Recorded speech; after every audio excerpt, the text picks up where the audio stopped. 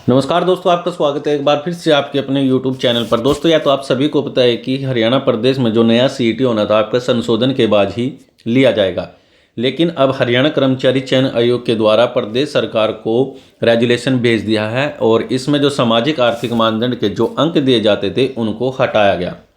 CET संशोधन मामला हरियाणा कर्मचारी चयन आयोग के द्वारा प्रदेश सरकार को भेजा प्रस्ताव सामाजिक आर्थिक मानदंड के अंकों को हटाया।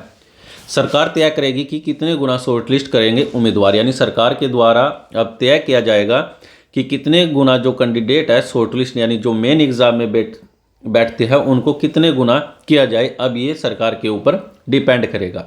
लेकिन हरियाणा के जो कर्मचारी चयन आयोग है उनके द्वारा जो पत्र भेजा गया सीईटी संशोधन का, तो कर्मचारी चयन आयोग के द्वारा इसमें ऐसा कोई प्रावधान नहीं किया गया कि कितने जो गुना शॉर्टलिस्ट कैंडिडेट है इतने गुना कैंडिडेट को शॉर्टलिस्ट किया जाए। लेकिन अब ये सरकार के ऊपर डिपेंड करेगा कि कितने गुना शॉर्टलिस्ट जो कैंडिडेट हैं मेन एग्जाम में बैठेंगे। तो कर्मचारी चयन आयोग की तरफ से प्रदेश सरकार को पत्र भेजा गया है। हरियाणा कर्मचारी चयन आयोग ने प्रदेश सरकार को सीईटी में संशोधन के प्रस्ताव को भेज दिया, मगर जो पॉलिसी में जो सामाजिक आर्थिक मानदंड के जो अंक दिए जाते थे उनको हटाया गया है। यानी कितने गुना उम्मीदवार को मुख्य परीक्षा के लिए शॉर्टलिस्ट करना है उसके बारे में अपना कोई भी मत एचएससी की तरफ से नहीं दिया गया। अभी इसका फैसला प्रदेश सरकार पर छोड़ दिया है।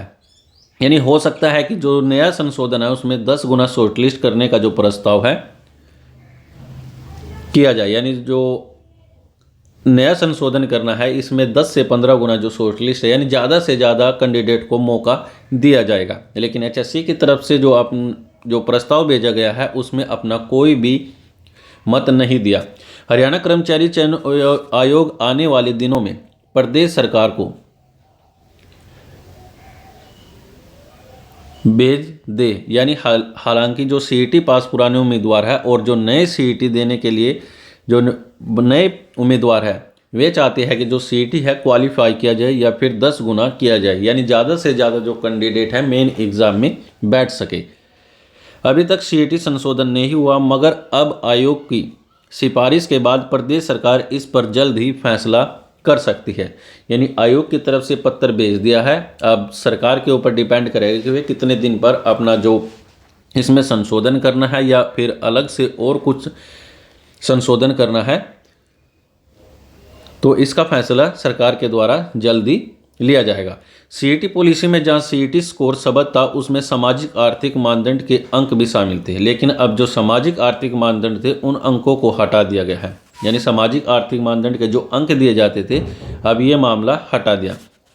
सीईटी स्कोर को सीईटी में प्राप्त अंक शब्द के साथ संशोधित किया गया है। पंजाब एवं हरियाणा हाईकोर्ट ने सामाजिक आर्थिक मानदंड के अंकों को असंवैधानिक करार दिया गया था, तो इसलिए जो सामाजिक आर्थिक मानदंड के जो अंक दिए जाते थे उनको हटाया गया है। अगर अंक सुधरे तो वैधता 3 साल होगी। यानी सीईटी जो पास उम्मीदवार को सीईटी की वैधता 3 साल है। अब यह प्रावधान किया जा रहा है कि अगर कोई उम्मीदवार सीईटी में अंक सुधार लेता है तो उसकी वैधता अंक सुधारने की तारीख से 3 साल होगी। यानी जो आपका पहले सीईटी हुआ था उसमें आपके कम अंक थे और जो दोबारा से नया सीईटी लिया गया और उसमें आपके अंक ज़्यादा आ गए, तो इसमें क्या होगा, जो आपका जो नया सीईटी होगा उससे आपकी जो काउंटिंग है शुरू की जाएगी, यानी अगले 3 साल तक। यानी जो पुराने थे आपके में इसमें नहीं जोड़े जाएंगे और जो दोबारा से नया सीईटी होगा आपके जो अंक ज़्यादा होंगे तो उसके अनुसार ही आपका जो वैधता है 3 साल मानी जाएगी। यानी पुराने सीईटी से कोई लेना देना नहीं होगा अगर आपके अंक ज़्यादा हुए नए सीईटी में। इसके अलावा यह भी प्रस्तावित है कि सीईटी हर साल तय नहीं होगा, बल्कि जब सरकार तय करेगी तभी सीईटी होगा। हालांकि सीईटी पॉलिसी में हर साल सीईटी लेने का प्रावधान है, मगर सरकार ने अभी तक सिर्फ एक बार ही ग्रुप सी और ग्रुप डी के लिए सीईटी आयोजित कराया है। तो आयोग के द्वारा हर साल सीईटी की शर्त हटवाना चाहता है। यानी आपका जो सीईटी है अब सरकार ही तय करेगी कि आपका सीईटी कब होना है, और जो आपका पुराना सीईटी है और जो नया सीईटी है यानी जिसमें आपके अंक ज़्यादा होंगे, अगर आपके अंक पुराने में ज़्यादा है और उससे अगले में कम है तो आपका जो वैलिड माना जाएगा ज़्यादा अंकों का माना जाएगा। अगर आपके दोबारा से जो नया सीईटी होगा उसमें आपके अंक ज़्यादा आ जाते हैं तो जो आपका जो CET वैलिड होगा यानी 3 साल के लिए, तो ज़्यादा अंकों का वैलिड माना जाएगा। लेकिन जो CET की हर साल जो नई पॉलिसी थी आपकी कि प्रत्येक वर्ष आपका जो नया CET लेना है, अब ऐसा इसमें कोई प्रावधान नहीं है, बल्कि सरकार तय करेगी कि आपका CET कब लिया जाएगा। अग्निवीरों को भी CET पॉलिसी में शामिल होंगे। मुख्यमंत्री नायब सैनी के द्वारा घोषणा कर रखी है कि अग्निवीरों को सरकार नौकरी देगी, इसलिए CET पॉलिसी में जो संशोधन किया जा रहा है उसमें अग्निवीरों को भी शामिल किया जाएगा।